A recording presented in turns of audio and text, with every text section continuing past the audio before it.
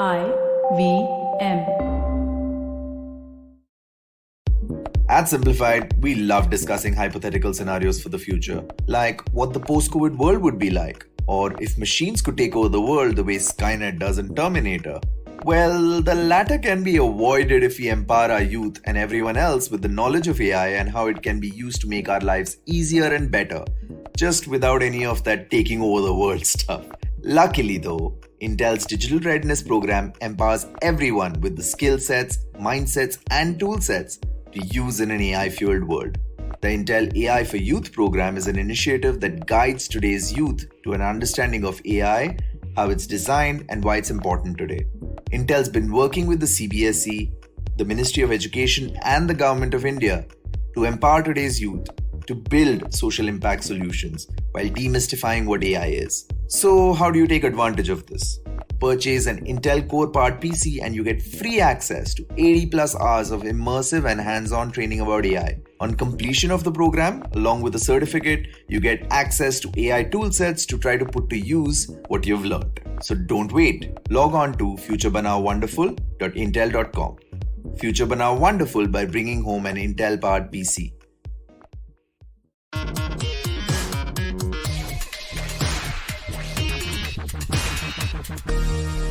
Hello and welcome to episode 230 of Simplified. Wow, folks, we have done 230 of these things. Incredible. Yeah, once in a while we like to... Yeah. At this point, someone points out a very legendary score of some cricketer. 230. Who had scored 230? Anyway, we'll figure that out later. This is a very special episode because this is Sriket's last episode in Malaysia. It's a fitting follow-up to the Great Resignation. Yeah. Those of you who don't know, Sriket is one of our hosts. And for those of you who don't know even further, I mean, we just assume that everybody knows who we are. This could be episode 1 for someone. We started introducing the show from ourselves the beginning. This is Simplified. We talk about nonsense and try and we have done 230 times. We don't talk about nonsense. We take sense and then we make it into nonsense. So it's important. It's an important distinction. Yes. A few years back, Sriket, one of our very own, decided to contribute to the brain drain and went eastwards and to the land of Petronas and noodles. He started working in the fledgling advertising industry over there, and now better sense has come to either him or the fledgling advertising industry. It's no longer fledgling. Because of him, it's correct. Like now it's Petronas. Extended paternity. The fledgling. The fledgling has flown. So am I. Wow, that's sort of like John Lennon and this bird has flown.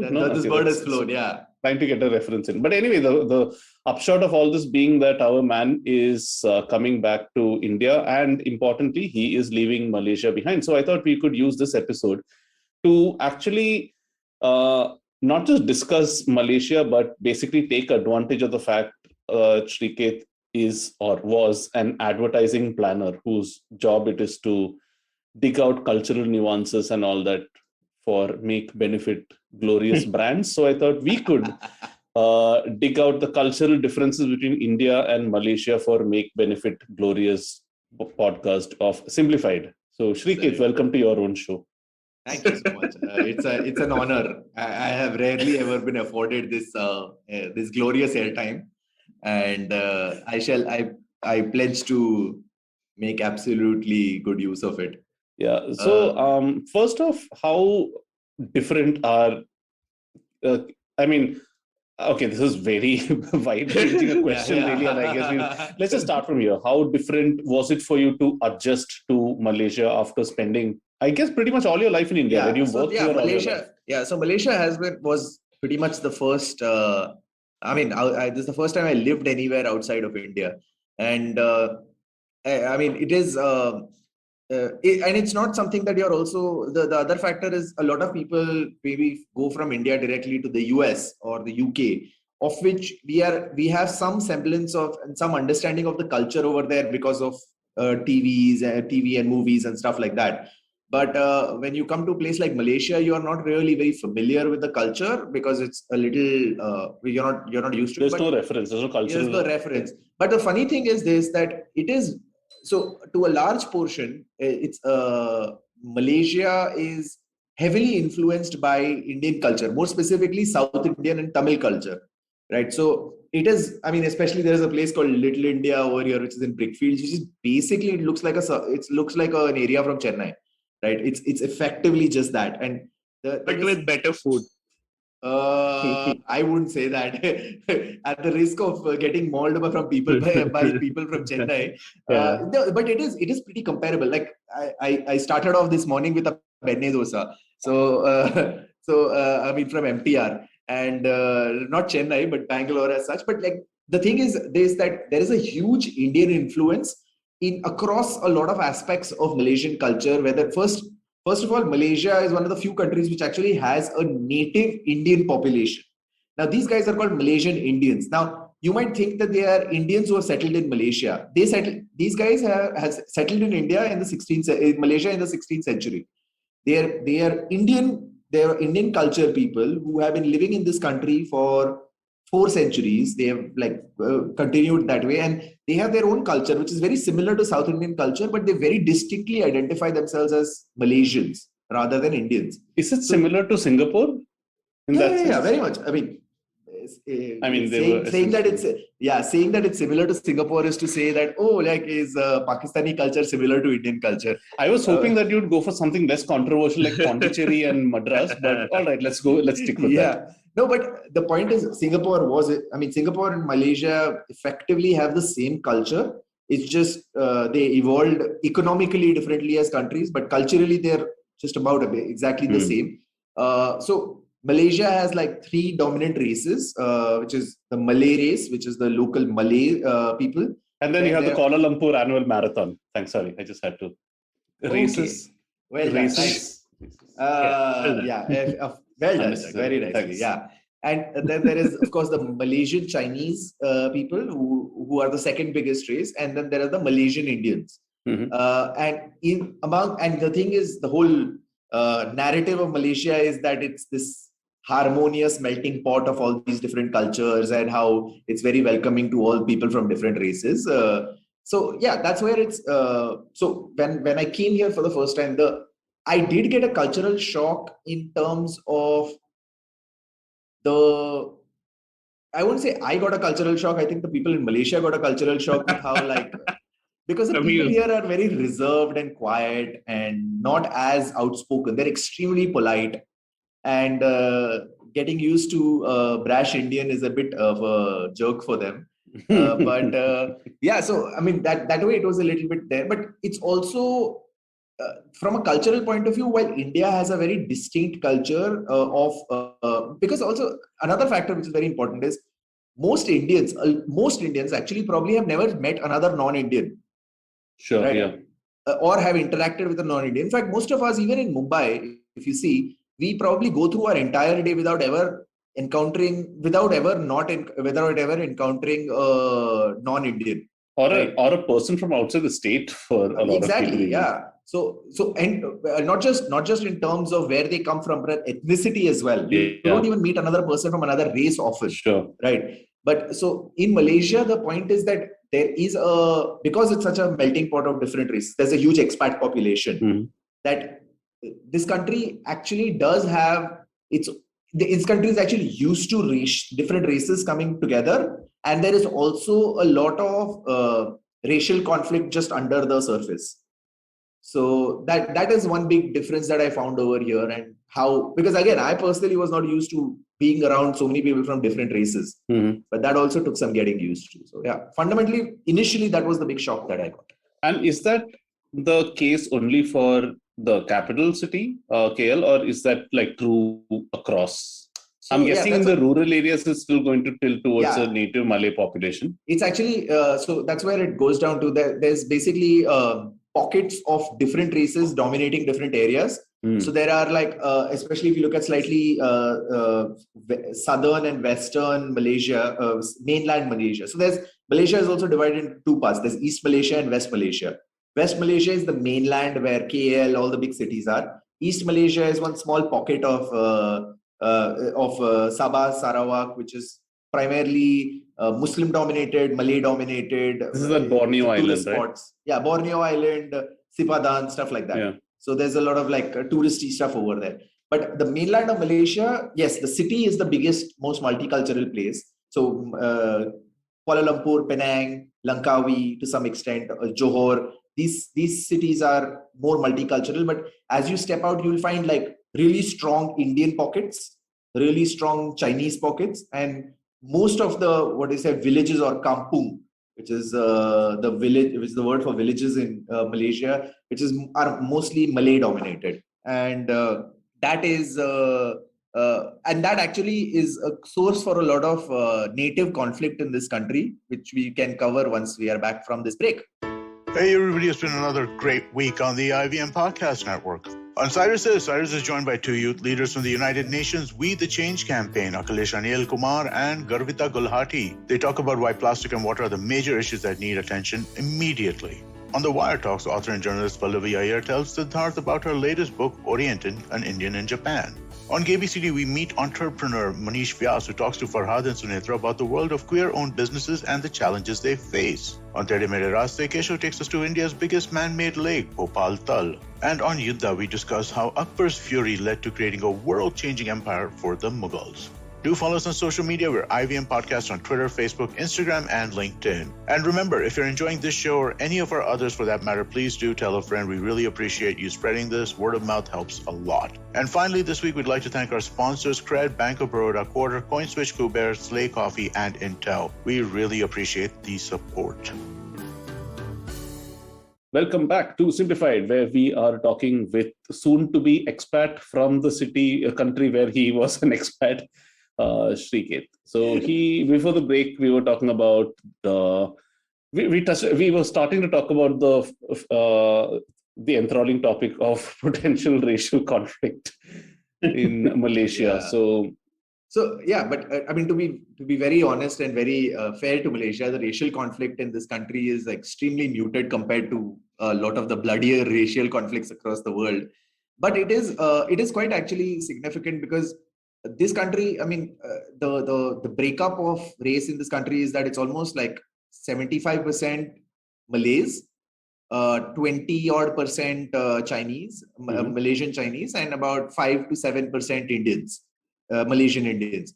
So with but as the initial setup of this country happened, the Malaysian Chinese were actually pretty much like the Parsis in India, if you were to draw an equivalent, took up a lot of important positions corresponding to, I mean, which were much more exaggerated compared to the population size of that particular group.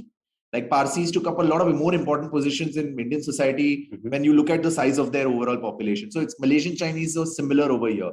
So there has been this huge, over the past couple of decades, there's this huge movement of Malays trying to take back their country in some way. So racially, the Chinese, so it's actually, since this is a Muslim country, there is it's codified in law about who is what they call a Bhumiputra. Bhumiputra is basically Bhumiputra. Bhumiputra being Bhumiputra over here.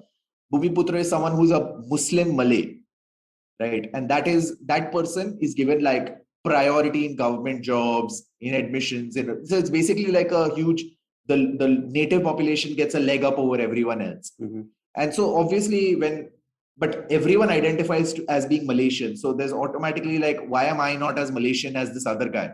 So the Chinese have a lot of resentment, the Indians have a lot of resentment, and that has led to a lot of political strife, but thankfully not riots and strife. This country largely harmoniously lives together. Very cool. From there, let's go to, I guess, work. Conflicts at work. Yeah. Conflicts at work. Conflicts at work.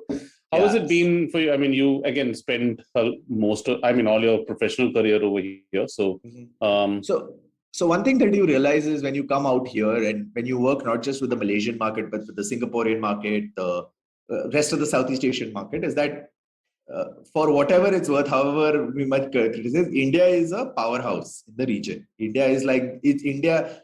So India has so much talent that we have to export talent. So pretty much all the leadership positions in both strategy as well as account leadership are staffed by a lot of Indians. That's disproportionately so. So in fact, in Malaysia, if you were to survey like the strategic planners, about I think 70 to 75% of them would be not Malaysian Indians, but Indians. This is specific to advertising, right? This is specific to advertising, yeah. Other fields? So in fact, it's also advertising. You look at media, you look at IT as well. So, I mean, whenever you get into a cab and any guy identifies that you're not a Malaysian Indian, they always ask you if you're working in IT, because that is entirely staffed by Indians as well. So that's where the Indian diaspora, actually, there's a significant number of Indian expats who live here who work in like a lot of service sector, IT, advertising, communication spaces. So that's a major influence over here. But the big difference that I found, when I entered in this market, is that it is the way of working in India is very different from the ways of working. Malaysia is almost been a gateway to how the global work culture is to some extent, where it's far more linked to, rather than hard results, you are actually looking at a lot of expectation management, and there is a lot more like it's not just about trying to get to the best solution, but it's about bringing your whole team along with you. Wow. Otherwise, it's not in the singular pursuit of the best idea. Because in India, what used to happen was we were all like, okay, get everything out of the way, we'll just get to the idea and we'll figure it out at the end of it. Here, it's all about, okay, let's all arrive at the best possible idea that works for everyone, which was a big shift for me to learn, because I was nurtured in that entire singular pursuit of a great idea culture. And so that also helped me like finesse the way I present stuff. Also learn to say that, instead of saying that's a crap idea, that sounds interesting, but now a lot more comments that you make on Simplified when we talk are making sense. But and including in how you write your emails, and actually, besides the surface masking, actually being more collaborative that way, right? Just understanding that, okay, it's more about how you get your whole team there, how you collaborate with other people over just how you are singularly brilliant. Yeah. Right. It's like the New Zealand cricket team. Pretty much. Which should take us quite nicely to sports and recreation, work-life balance, and all those kind of things. How do you like? Yeah. Again, I know this varies drastically from industry to industry, and we might be saying from the narrow point of view of, say, our experience in media and to some extent tech and all that, which in India are famously brutal, long hours and all that. But is that like true across? No. So in Malaysia, the one thing is, yes, it might differ from industry to industry, and I definitely don't know about, say, the depths of the IT industry or any of the other services industries. I won't be an expert to say on that. But the one thing is that in Malaysia, advertising is still brutal. It is brutal. The work-life balance is... So in India, the one big difference is that in India, still there is an attitude of servitude to your employer, right? Which is actually a little bit... there is more power with the employee over here, where you are able to say, I'm burnt out, and decide. Like my colleague the other day, she had like a really bad week, and she just called the boss and said, I'm burnt out, I'm not turning up for next week. Wow, okay. And her boss actually like looked to figure out how they can manage stuff, and they wanted to make it happen for her. Now, on the counterpoint, there shouldn't be burnout happening in the first place. But the factor is, in India, that happens, and you don't really have an avenue. You don't feel empowered to say that, okay, I can go to my boss and say I'm burnt out. You like get over it and get back to work, right? But over here, that is a bit more of you have a bit more of an opportunity to do that. Secondly, when it comes to the work when it comes to remote working. So it was actually quite funny because this country, when I just came, right, I was very surprised by how there is all the technology and all the infrastructure was there, but the adoption was incredibly low. Like one example of it was a payment. Let's take a quick break and we'll continue our chat on the work-life balance and the work culture here in Malaysia. Have you ever wondered where the business world is headed? How the ways in which we create, market, and sell to consumers will evolve? Or if we'll ever go back to wearing pants while working? For answers to all of this and more, tune into Advertising is Dead with me, Varun Dugirala. Every Tuesday, as I talk to entrepreneurs, leaders, and change makers from across business, media, marketing, and beyond. You can catch all episodes of Advertising is Dead on the IVM Podcast website, app, or wherever you get your podcast from. Welcome back to this final episode where I am going to be recording from this beautiful land of Malaysia. Before I do one numbers Ghar Wapsi and Kuala Lumpur te Doka or something like that. Wow. How long has that been brewing? Oh my God. But yeah. So based on Chuck, the question that you were asking earlier about also work-life balance and how Malaysia has actually adjusted to remote working, right? So like I was mentioning, there is a lot of the remote working infrastructure is already in place in Malaysia pre-pandemic. Like the one great thing that I've experienced, truly unique, different from, truly it makes me feel that I've come to a foreign country, is the speed of the internet. Like my internet currently is 100 Mbps. And so like you have like 100 Mbps internet is pretty much the norm for everyone here. And so you already had these systems in place. You also had like, which was also really shocking because there were multiple payment wallets that gave a lot of rewards and stuff in Malaysia. And as soon as I came to Malaysia, I started using them and the rewards were ridiculous, right? But what I saw was like, if you stand by a store and watch people pay, still 8 to 9 out of 10 people would pay by cash. And barely anyone would use the payment wallets. But one thing that happened because of the pandemic is that the infrastructure suddenly got getting mass adopted. Right. So people started using payment wallets. People started using Grab a lot because of the Grab super app really took off because of food, rides, deliveries, all of that stuff. So the country has the infrastructure and now is actually venturing into a pretty exciting new space about how a country that was very traditional in its work environment has started leveraging its infrastructure and moved very drastically to a remote work environment. And a lot of people are in a place where, like with our agency, they've already pledged that they're going to stay remote for the rest of this year. And early into next year, I think, especially a lot of people with kids are looking at how do I kind of do a remote working scenario altogether, or at least a hybrid scenario if nothing else. You think, given all these, and also depends on whether the government is taking any steps to position KL this way, but do you think KL will become a hub for remote work, like how to some extent Bali is, and other countries like Estonia and Bahamas are trying to, Barbados, I think, are actively attracting digital nomads? So this is where, this is based on some initial steps the Malaysian government is taking, but actually there was this great article talking about how so Malaysia has been the destination for a lot of digital and talent from across Asia to come work here and contribute here. But they recently passed a set of pretty restrictive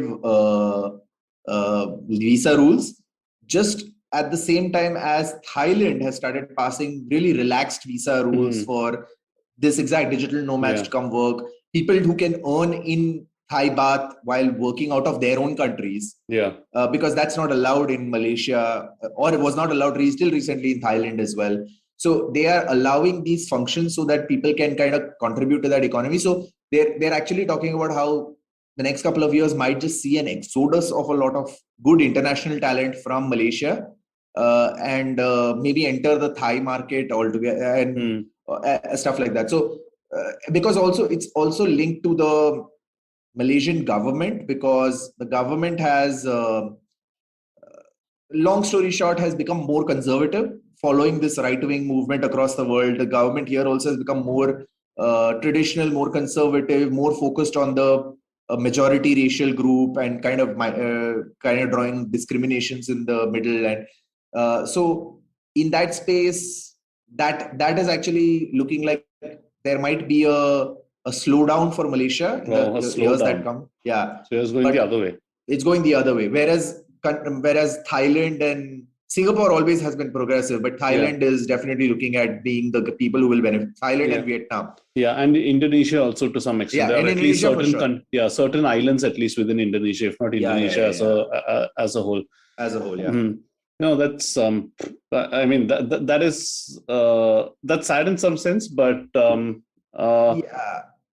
And what also a funny thing is, because Malaysia has always been, I mean, if you look at it from the regional point of view, Malaysia has always been this like middle child, weird middle child. I was just thinking like how to place it exactly. You know? Because you have like these roaring economies like Indonesia and Vietnam.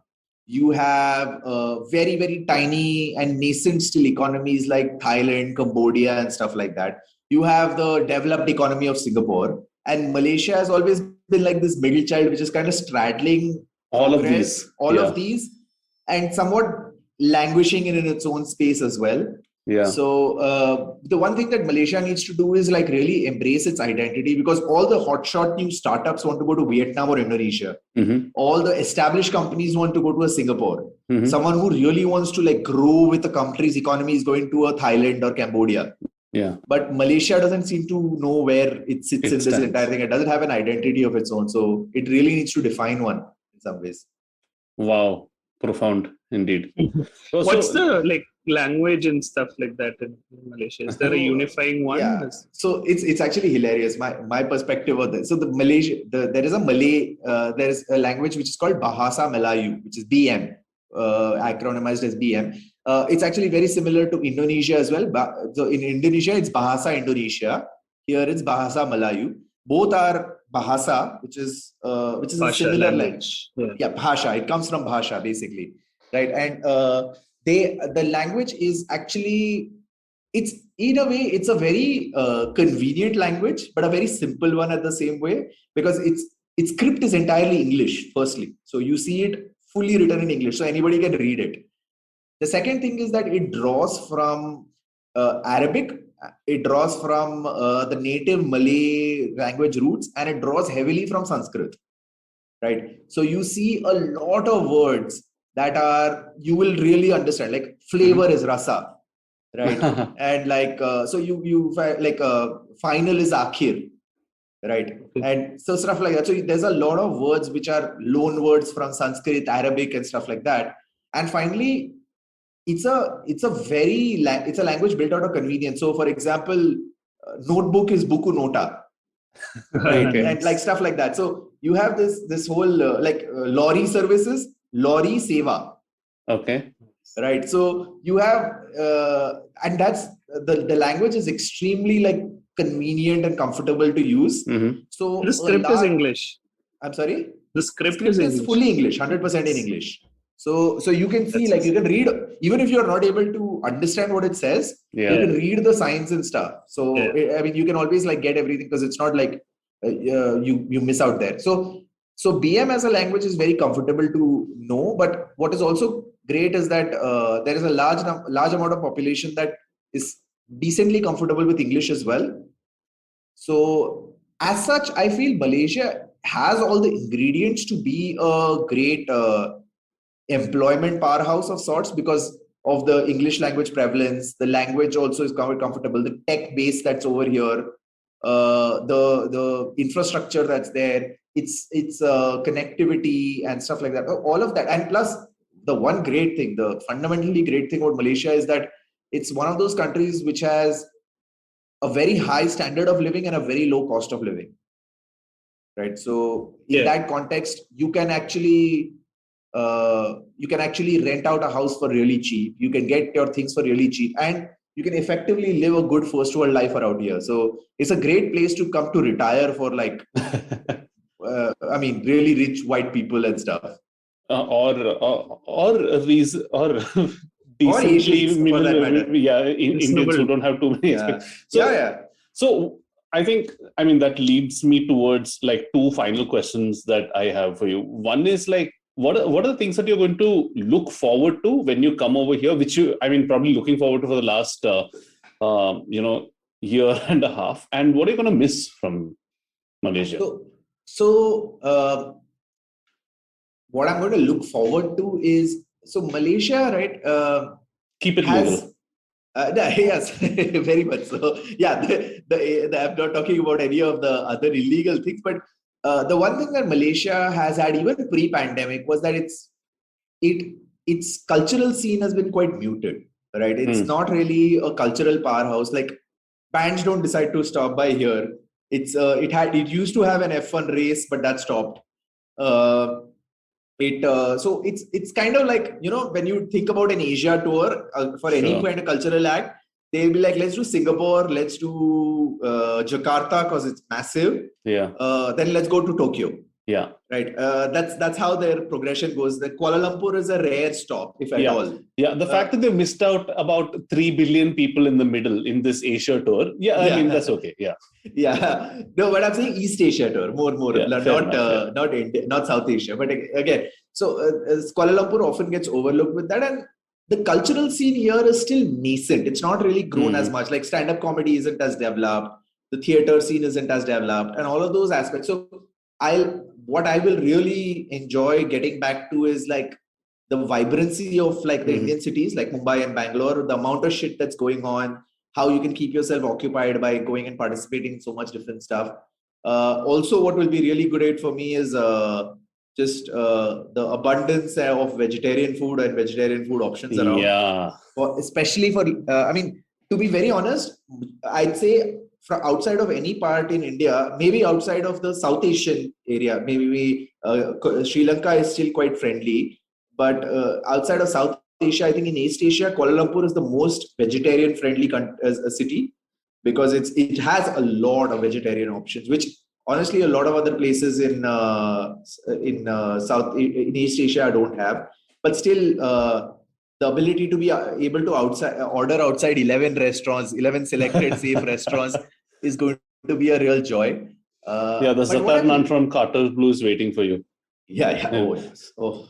But anyway, the thing that I will miss the most about Malaysia is, it's something I've already been missing about Malaysia, is the accessibility to travel. Malaysia is basically the hub of AirAsia, right? Used to be, at least, before the pandemic happened. Like, so you could get cheap flights to pretty much anywhere in Asia. And we use that to great effect when we travel to like Japan and Thailand and stuff like that. Like, you can legitimately, in a very cheap way, just go to Thailand for a weekend and come back. You can go to like, Singapore is even lesser. You can go for an overnight trip to Singapore and come back like very comfortably. So, that is one of the best things. And it is a naturally beautiful country overall. So you have a lot to travel within the country itself. The biggest regret is we traveled a lot within West Malaysia, but we never got to go to East Malaysia at all. Yeah. So that's one aspect that we really missed out on. Yeah, which are some of the best diving spots in the world, and we have discussed, it's been a dream for us to go there. Yeah. So that's some of the stuff I'll miss about Malaysia, and also this high-speed internet for sure. All right, fair enough. So the last question I have, Srikeit, is a very profound one. When you left your job here, you wanted to go there, one, I guess, just to get a little change in scenery, but I guess also to get a little sense of perspective and all that sort of thing. So professionally speaking, has these 2 years in Malaysia expanded your worldview, or like what can you justify in your next job interview, basically? Yeah, definitely, because like I said, India was just put your nose to the ground and work, right? Like, there was a lot of just like raw working and like learning in a big way.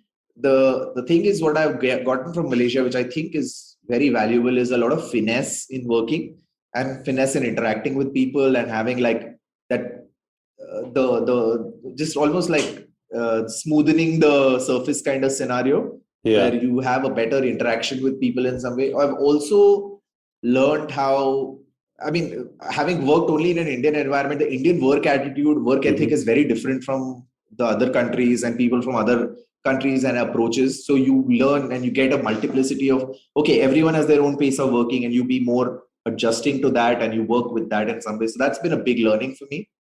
And finally, the biggest thing is there's just the exposure to like an international standard of working, international standard of what is required in a global context. Because the one biggest thing I had a big fear of was that, I mean, I got my way in India just like kuch to bhi karke jugaad karke nikal gaya. But having come and worked here, I now have the confidence that even if I go to another country which I'm not familiar with in a complete, I can figure out how to start. How to get there.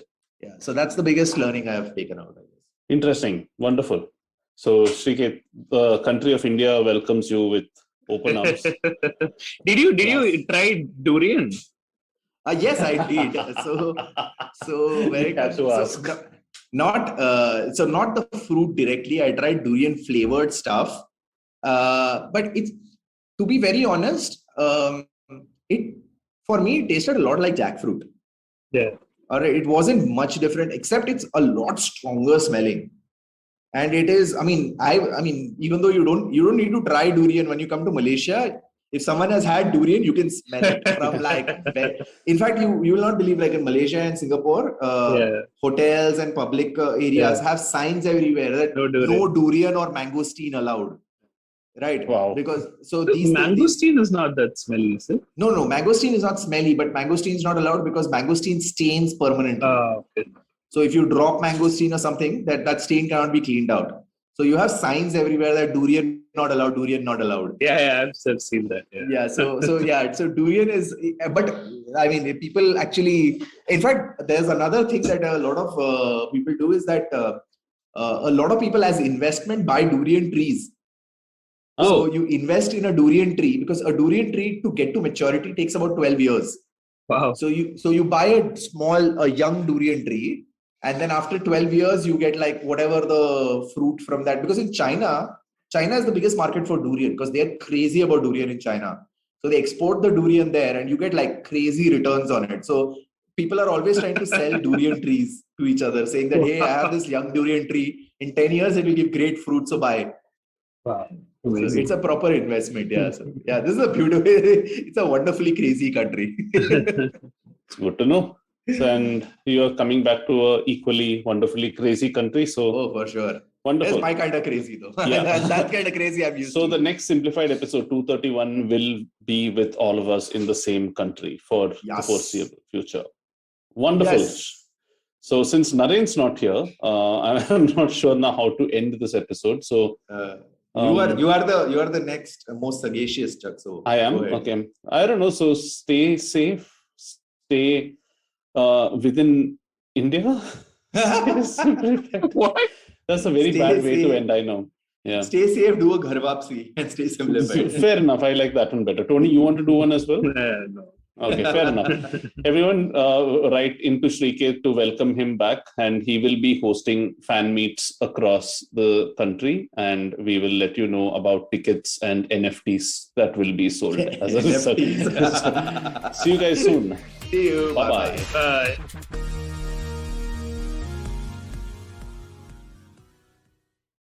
Hi everybody, just wanted to ask everyone for a quick favor. We're running a brand survey right now and would really appreciate it if you could let us know what you think about the advertising on IVM. Go to ivmpodcast.com/survey and do let us know. As part of this, we'll be selecting 10 random participants and sending them some IVM swag, so do fill out those surveys.